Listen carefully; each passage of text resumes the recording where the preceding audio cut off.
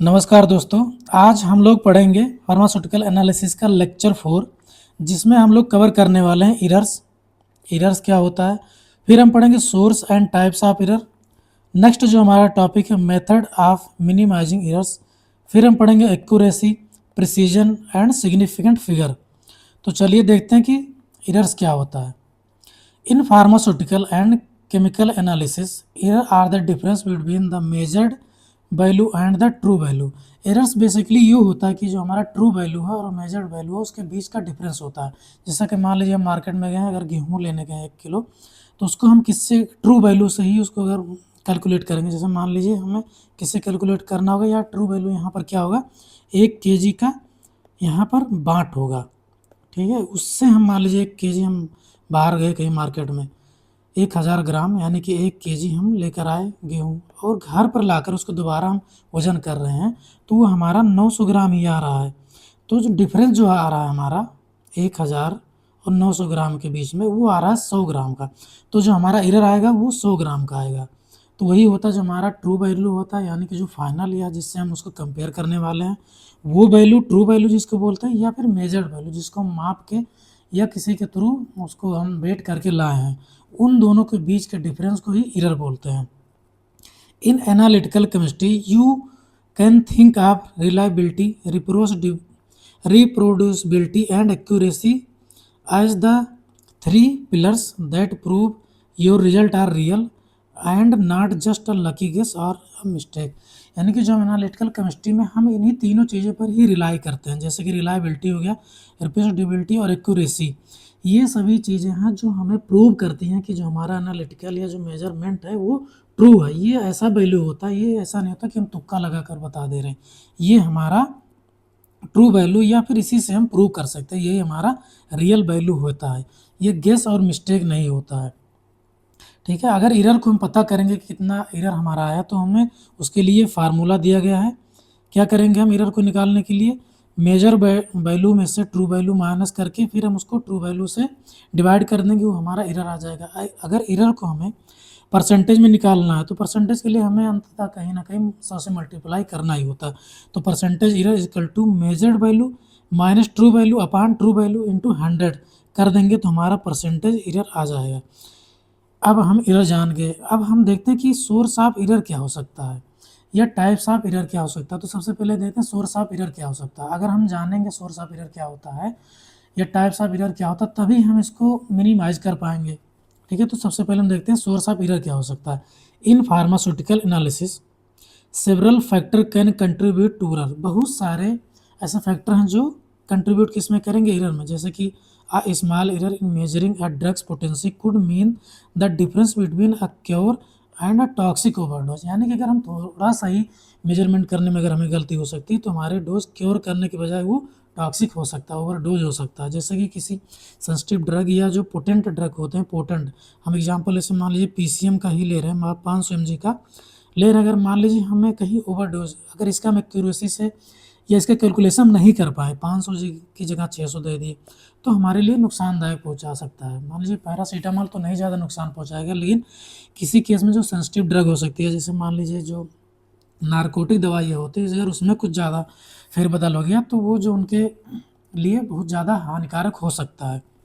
ठीक है, अब सोर्स में हम देख लेते हैं सोर्स कौन कौन से हो सकते हैं। सबसे पहला जो सोर्स हो सकता है एरर का, वो हो सकता है इंस्ट्रूमेंटल एरर।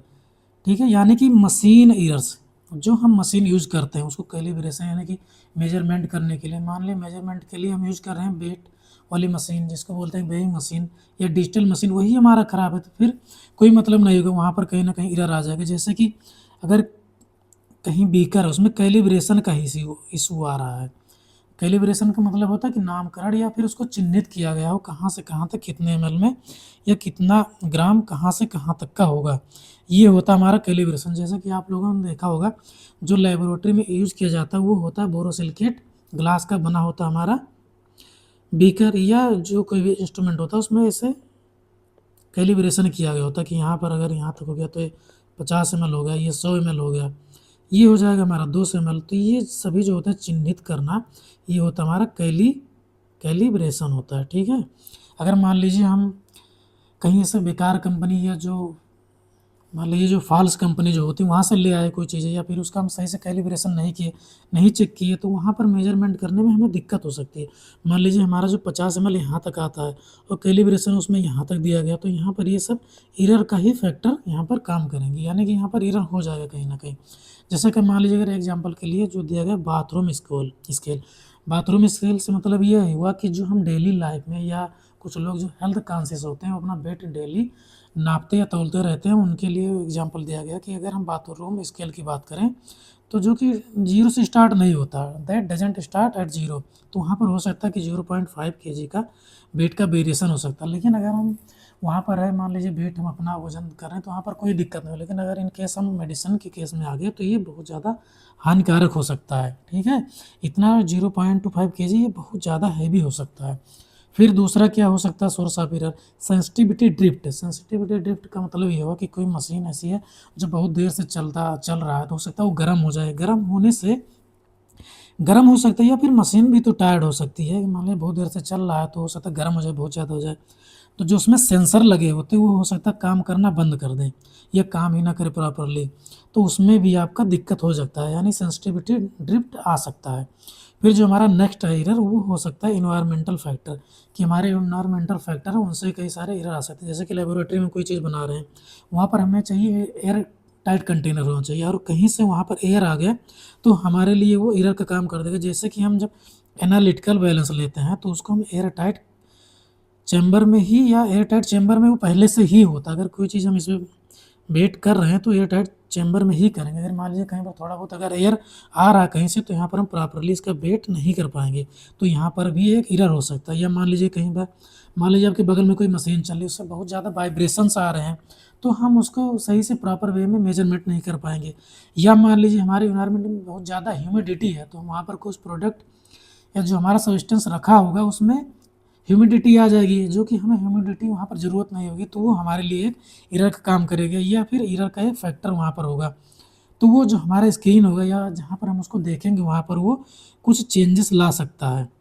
या फिर इम्प्रॉपर मेंटेनेंस हो सकता है। अगर मान लीजिए मशीन बहुत दिन से यूज़ कर रहे हैं, उसका साफ-सफाई नहीं किया है, या फिर उसका मेंटेनेंस नहीं कर रहे हैं, उसका सर्विसिंग नहीं कर रहे हैं टाइम पे, तो वहाँ पर भी दिक्कत आ सकती है। जैसे कि देखिए डर्टी सेंसर, जिसमें सेंसर लगे होते हैं वही डर्टी हो जाए। मान लीजिए जैसे कि बहुत सारी चीज़ों में बल्ब लगे होते हैं, जैसे एलईडी टाइप, वो भी एक सेंसर का ही काम करते हैं। मान लीजिए गंदा है, तो हम देख ही नहीं पाएँगे कि कौन-सा एलईडी जल रहा है, कौन-सा बंद है, तो वहाँ पर भी दिक्कत हो सकता है।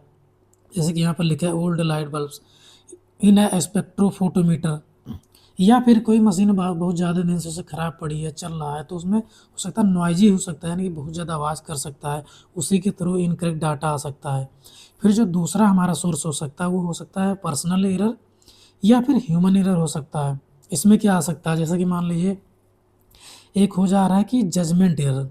जजमेंट से मतलब ये हो कि जैसे कि हम लोग बोलते हैं ना कि किसी को ऐसे नहीं जजमेंट करना चाहिए, तो यहाँ पर भी उसी जजमेंट का वही सेम ही मतलब।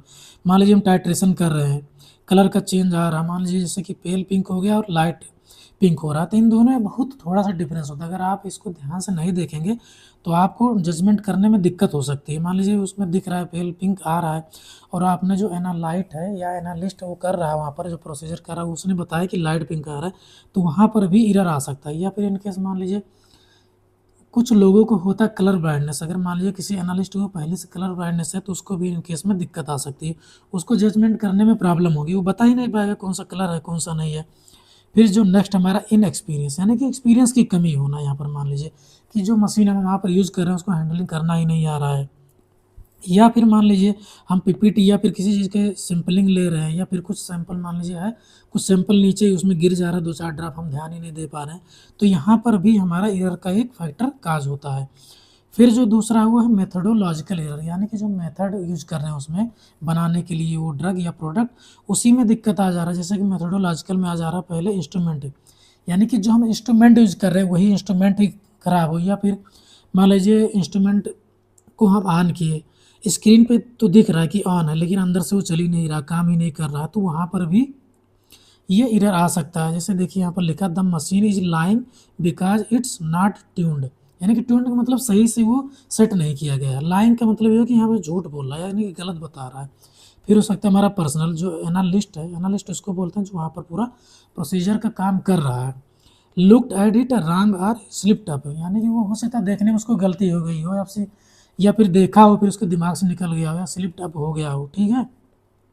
फिर जो नेक्स्ट होता है हमारा वो होता है मेथडोलॉजिकल, यानी कि जो मेथड या रेसिपी यूज कर रहे हैं या जो प्रोसेस यूज कर रहे हैं उसको बनाने के लिए वही गलत हो रहा है, तो हमारा जो प्रोसेस होगा वो शुरुआती में ही गलत हो जाएगी। या फिर रिएजेंट की बात कर रहे हैं, जो इंग्रेडिएंट उसमें मिला रहे हैं वही पहले से डर्टी या गंदा या पहले से एक्सपायर हो सकता है। मान लीजिए जो रॉ मटेरियल है उसको मिला रहे हैं वो पहले से ही खराब है, तो जो हमारा पूरा प्रोसेस हो गया, पूरा ड्रग प्रोडक्ट होगा, फाइनल प्रोडक्ट, वो पूरा एरर में कन्वर्ट हो जाएगा, उसमें कई सारे एरर आ सकती है। या फिर सैम्पलिंग का हो गया, मान लीजिए हम पूरा एक बैच बनाए हैं उसमें कई सारे टैबलेट रखे, मान लीजिए कई हज़ार टैबलेट बन जाएंगे ना एक बैच में, कई सारे रखे। अब सैम्पलिंग हम जो सैंपल करने वाला आएगा क्यूसी या कीवे वाला जो होता है पर्सन आएगा उसमें चेक करने के लिए, तो पूरा तो चेक नहीं करेगा एक एक बैठ के, उसमें से 10 टैबलेट निकाला, हो सकता है उसको लगे कि 10 टैबलेट में से उसको लग रहा है कि ये 10 टैबलेट खराब है, तो इसका मतलब ये नहीं हुआ कि पूरा बैच ही खराब हुआ, उसको और कहीं से थोड़ा बहुत सैंपल निकाल के चेक करना होगा, ठीक है। तो यहाँ इसका ये कहने का मतलब हो रहा है कि द पोर्शन टेस्टेड डजंट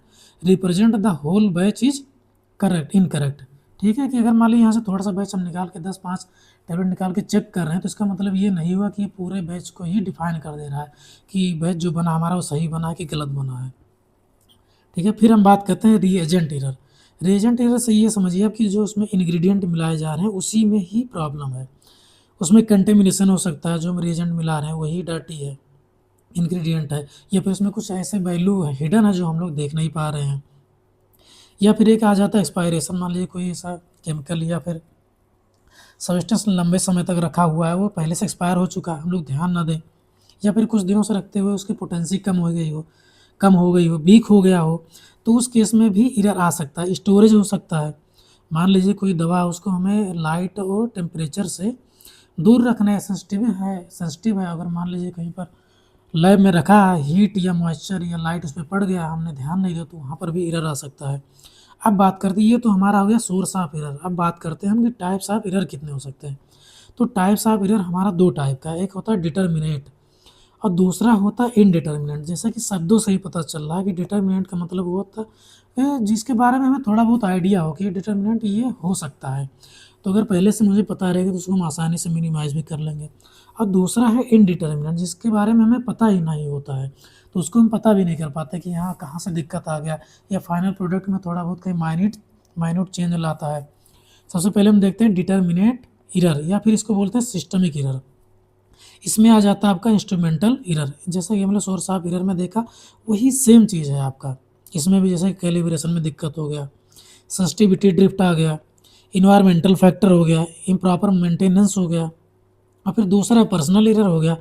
हम लोगों ने इसको देख लिया, अगर आपको एग्जाम में पूछा जा रहा है तो आप बिल्कुल इसको निश्चिंत होकर लिख सकते हैं, ये मत सोचिएगा कि सेम सेम हो जाएगा, आप दोनों लिख सकते हैं, सोर्स ऑफ एरर में भी ये लिखा जा सकता है और टाइप्स ऑफ एरर में भी ये लिखा जा सकता है, ठीक है। जैसे कि यहाँ पर मेथडोलॉजिकल भी एरर हो सकता है, ये हम लोग भी पढ़ लिए, इंस्ट्रूमेंटल है, पर्सनल है, मेथडोलॉजिकल है, रिएजेंट है, सैम्पलिंग है। डी हमारा है रिएजेंट, जिसमें द इंग्रेडिएंट यानी कि इंग्रेडिएंट में ही प्रॉब्लम हो। अब देखिए इसमें कंटेमिनेशन आ सकता है, एक्सपायरेशन हो सकता है जो कि पहले से एक्सपायर हो गया हो, या ज़्यादा दिन तक रखे रखे उसमें जो पोटेंसी उसकी वीक हो गई हो। फिर जो दूसरा हमारा वो उसको बोलते हैं इनडिटर्मिनेंट एरर या फिर रैंडम एरर, जो हम अंदाज़ा नहीं लगा पाते। इसका मतलब हो गया indeterminate error are often called random error, जो इनडिटर्मिनेंट एरर होता है उसको हम अक्सर रैंडम एरर ही बोलते हैं। जैसे कि they are revealed by small differences in series of measurement made by the same analyst under the identical condition. ये कब होता है, जैसे मान लीजिए कोई हम आइडेंटिकल कंडीशन करें, दो प्रोसेस एक ही साथ कर रहे हैं, एक ही आइडेंटिकल चीज़ों में कर रहे हैं, समान कर रहे हैं, तो उसमें दिक्कत आ सकती है। They can not B predict, ये हमें पहले से प्रिडिक्ट हम नहीं कर पाते क्योंकि ये इनडिटर्मिनेट होता है, hence can not be eliminated. अगर हम किसी चीज़ का पता ही नहीं लगा पाएंगे किसी में एरर क्या है, तो उसको हम एलिमिनेट भी नहीं कर पाएंगे। फिर जो हमारा नेक्स्ट है मोस्ट इंपॉर्टेंट है वो मेथड टू मिनिमाइज एरर। जैसे कि हम लोगों ने पढ़ लिया कि एरर क्या होता है, टाइप्स क्या होता है, सोर्स क्या होता है, ये तो पढ़ लिया, लेकिन हमें पता ही नहीं कि हम किसी को मिनिमाइज कर रहे हैं, तो इसलिए हमें पढ़ना ज़रूरी होता है कि मेथड टू मिनिमाइज एरर हम जानें या फिर उसको पढ़ें, तभी तो हम एरर को मिनिमाइज कर पाएंगे। तो उसमें हो जाता है सबसे पहले कैलिब्रेशन इंस्ट्रूमेंट्स। कि जो हमारा इंस्ट्रूमेंट हम यूज़ कर रहे हैं उसको प्रॉपर कैलिब्रेशन करें, या जो हमारा स्टैंडर्ड दिया गया है उसके थ्रू हम उसका कैलिब्रेशन करें। This is the most effective way to eliminate instrumental या फिर सिस्टमिक एरर। ये सबसे आसान या सबसे इफेक्टिव वे है या तरीका है जिससे हम इंस्ट्रूमेंटल एरर को हम कम कर सकते हैं या फिर एकदम से निकाल सकते हैं। एलिमिनेट मतलब होता है निकालना, या इन केस कह सकते हैं कि थोड़ा बहुत कम करना। अब ये हो सकता है प्रोसेस में भी हो सकता है। इसमें प्रोसेस क्या करेंगे ये देख लीजिए। Compare the instrument reading against a standard reference. हमें मान लीजिए स्टैंडर्ड से ही किसी चीज़ को कंपेयर करना होगा, है ना। जैसे कि अभी हम लोगों ने देखा कि गेहूँ मार्केट से लाए तो उसको हमने बाट से चेक किया था, तो जो बाट हमारा 1 किलो का है वो हमारा हो जा रहा है स्टैंडर्ड। ठीक है, अब इन केस में हमें स्टैंडर्ड पता होगा, क्या होगा उसी से हम कंपेयर कर लेंगे, है ना। हमें कंपेयर करना ही पड़ेगा। जैसे मान लीजिए यहाँ पर दे दी से लाइन हम बना दी। अब मैं पूछ रहा हूँ आपसे कि ये लाइन छोटी है कि बड़ी है, आप नहीं बता पाओगे। फिर आपको पूछना पड़ेगा क्वेश्चन कि सर इसमें जो लाइन है किसके कंपैरिजन में ये है, तो मैं एक लाइन और बनाऊंगा, फिर आप बताओगे कि हाँ सर ये इस कंपैरिजन में ये छोटा है। तो हमें कंपेयर करना ही पड़ेगा स्टैंडर्ड से। फिर दूसरा क्या एप्लीकेशन कैसे हो सकता है इसको, पीरियडिकली कैलिब्रेट एनालिटिकल बैलेंस, यानी कि हम समय समय पर इसको कैलिब्रेट करते रहेंगे। पीएच मीटर उसको सही करते रहेंगे, यूवी स्पेक्ट्रोमीटर, इन सभी को हम कैलिब्रेट करते रहेंगे समय समय पर। बेनिफिट क्या होगा इससे हमारा, ensure the tool is telling the truth before you start, यानी कि हम इससे हम पता लगाएंगे जो टूल या इंस्ट्रूमेंट हम यूज कर रहे हैं कि हम स्टार्ट करने से पहले हमें उसको पता चल जाए कि हाँ ये जो अगर नेक्स्ट चीज़ परफॉर्म करेगा, इसमें जो चीज़ें शो होंगी वो हमारी सही ही होंगी या ट्रू ही होंगी, या ट्रुथ बिफोर यू स्टार्ट। ठीक है, स्टार्ट करने के पहले हम ट्रुथ जान लेंगे। फिर हमारा दूसरा मेथड उसको हम कहते हैं ब्लैंक डिटर्मिनेशन या फिर रनिंग अ ब्लैंक। कुछ चीज़ें हम ऐसे खाली में या फिर ऐसे सैंपल के तौर पे कुछ हम ब्लैंक एक प्रोसेस आपका प्रोसेस में या प्रोसेस कर देंगे, चला देंगे। ठीक है, जैसे कि use to identify correct error coming from reagent और सॉल्वेंट। इसमें प्रोसेस क्या करेंगे देखिए, carry out the entire analytical procedure without the actual drug sample using only distilled water और सॉल्वेंट। हम उसमें जो है एक्चुअल ड्रग नहीं मिलाएंगे। ठीक है, इसमें हम वाटर, डिस्टिल्ड वाटर या फिर कोई सॉल्वेंट ऐसा मिलाएंगे कि हम उसी के जैसा कोई एक ब्लैंक अपना प्रोसेस कर सकें। कि जो हमारे मान लीजिए यूवी में कर रहे हैं, तो यूवी में सबसे पहले सैंपल रखने से पहले हम ब्लैंक सैंपल रख लेंगे। फिर इस देखेंगे कि उसमें सब हमारा प्रॉपर आ रहा है कि नहीं आ रहा। फिर हम अपना सैंपल जो मेन होगा उसको हम रखेंगे। अगर मान लीजिए कुछ गलत आ रहा है हमारा, ब्लैंक जो रन कर रहे हैं हम, तो हम पहले से उसको सही कर लेंगे।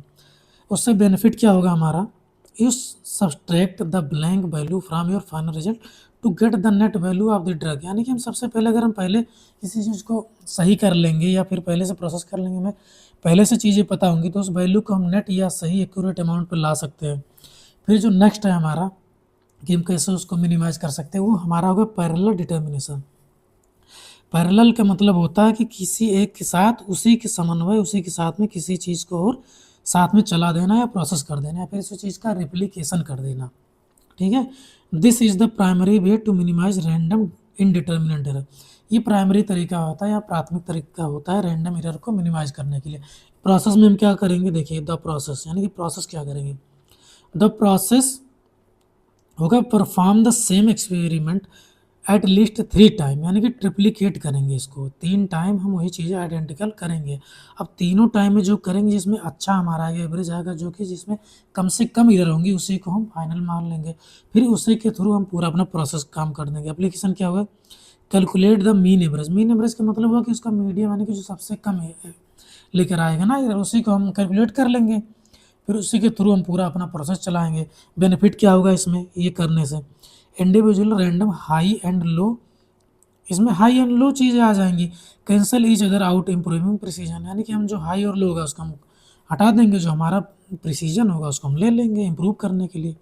फिर जो नेक्स्ट होगा हमारा कंट्रोल डिटर्मिनेशन, जो कि डिटर्मिनेशन या जो चीज़ें हम कर रहे हैं सैंपल वो पहले से कंट्रोल में कर रहे हैं, अपने ही कंट्रोल में रखें। जैसे कि होता है इसमें देखिए, use to verify method accuracy, कि हम जो मेथड यूज कर रहे हैं उसकी एक्यूरेसी पता करने के लिए। इसमें प्रोसेस में देखिए क्या करेंगे, एनालाइज ए कंट्रोल सैंपल, कोई सैंपल होगा कंट्रोल सैंपल, उसका कंसंट्रेशन हमें पहले से पता होगा।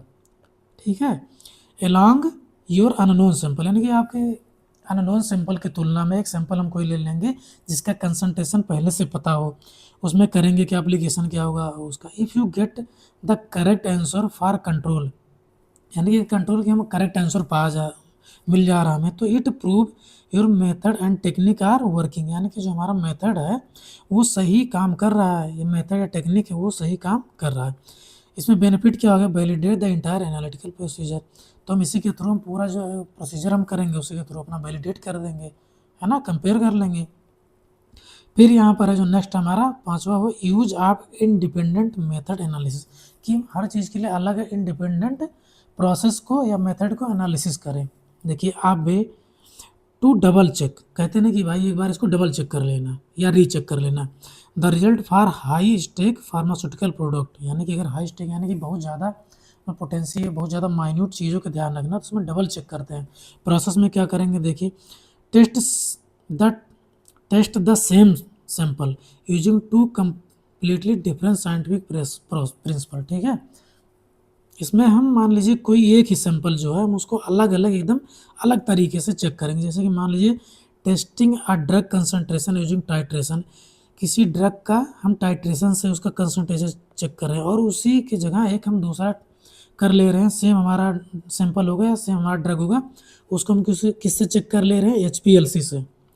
इसका फुल नेम होता है हाई परफॉर्मेंस लिक्विड क्रोमेटोग्राफी। इससे भी हम कंसंट्रेशन का पता लगा लेंगे। अब मान लीजिए हम दोनों का किया और दोनों का जो हमारा कंसंट्रेशन आ रहा है या फिर जो हमारा रिजल्ट आ रहा है दोनों का सेम आ रहा है, तो हम उसको ज़्यादा रिलायबल या ज़्यादा उसको हम सही मानेंगे। यहाँ पर बेनिफिट क्या क्या आ रहा है, इफ़ बोथ मेथड्स एग्री, यानी अगर दोनों मेथड एग्री हो रहे हैं, दोनों आपस में मिल रहे हैं, तो रिजल्ट क्या होगा, हाईली रिलायबल होगा, इस पर हम निर्भर हो सकते हैं। ठीक है, अब हम बात करते हैं एक्यूरेसी और प्रिसीजन क्या होता है। तो इसको हम थोड़ा सा पढ़ लेते हैं नॉर्मल जल्दी से बेसिक में। ये आपका 2 नंबर में पूछा जा सकता है, कभी कभी अलग अलग पूछ लेता है, कभी कभी इसको डिफ्रेंशिएट करने के लिए पूछ लेता है। तो हमने ये चार्ट बना दिया है, अगर आप लोगों को लिखना तो लिख लीजिएगा, नहीं तो आप स्क्रीनशॉट ले लीजिएगा।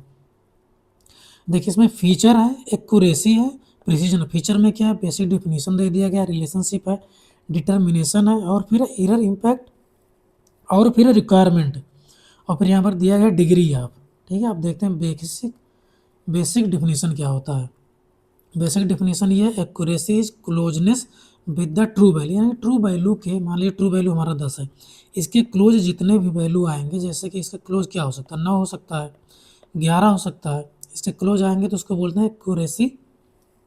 और प्रिसीजन क्या होता है, precision is a measure of the reproducibility of the measurement, यानी कि हम बार बार से किस चीज़ का कर रहे हैं, जो चीज़ बार बार आ रहा है उसी को बोलते हैं प्रिसीजन, है ना। Precision is the measure of the reproducibility of measurement. अब देखिए रिलेशनशिप में क्या देखते हैं, रिलेशनशिप में हम देखते हैं मेजरमेंट कैन बी एक्यूरेट, है ना। इसमें मेजरमेंट आपका एक्यूरेट हो सकता है लेकिन प्रिसीजन नहीं हो सकता, है ना, नेसेसरी प्रिसीजन नहीं हो सकता, यानी कि प्रिसाइज नहीं हो सकता। और इसमें देख लीजिए जो हमारा प्रिसीजन और सब प्रिसीजन हमारा प्रिसाइज हो सकता है, पूरा कैन भी प्रिसाइज, बट नेसेसरली एक्यूरेट नहीं हो सकता है।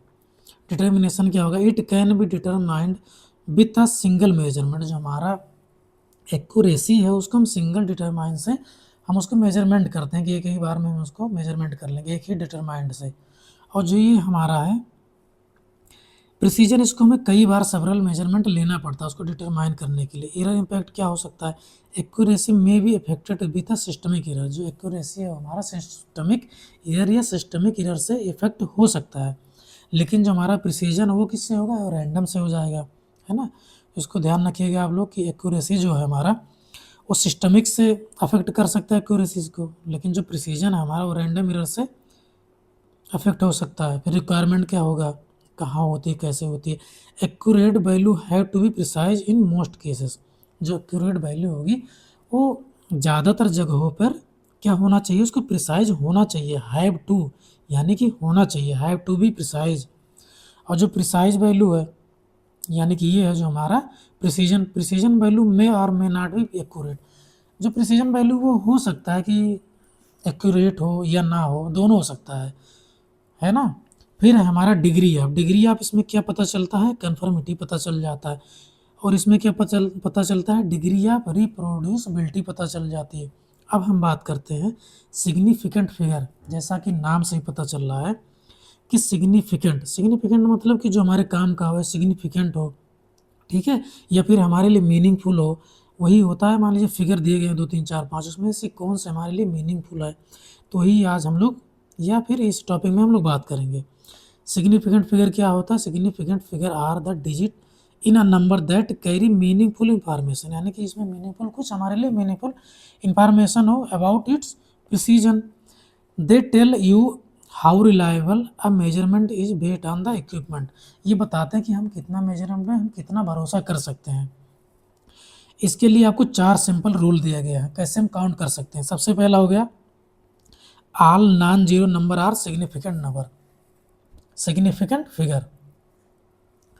जितने भी नॉन जीरो है, नॉन जीरो का मतलब हुआ कि जो जीरो ना हो, 2, 4, 3, 4, 5, 6, 7, 8, 10, ये सब हैं, जीरो को छोड़ के सब नॉन जीरो हैं, तो जितने भी होंगे वो सभी आपके सिग्निफिकेंट फिगर होंगे। जैसे कि यहाँ पर देख रहे हो आप लोग 24.3 दिया गया, तो उसमें सिग्निफिकेंट फिगर कितना हो गया? 1, 2, 3।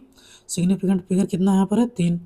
रूल नंबर दूसरा है zero between non zeros are significant, अगर जीरो कहीं पर है नॉन जीरो के बीच में तो उसको भी हम सिग्निफिकेंट फिगर में लेंगे। जैसे कि यहाँ पर देख है एग्जाम्पल में 5.007, तो इसमें सिग्निफिकेंट फिगर कितना हो गया? 4 हो गया।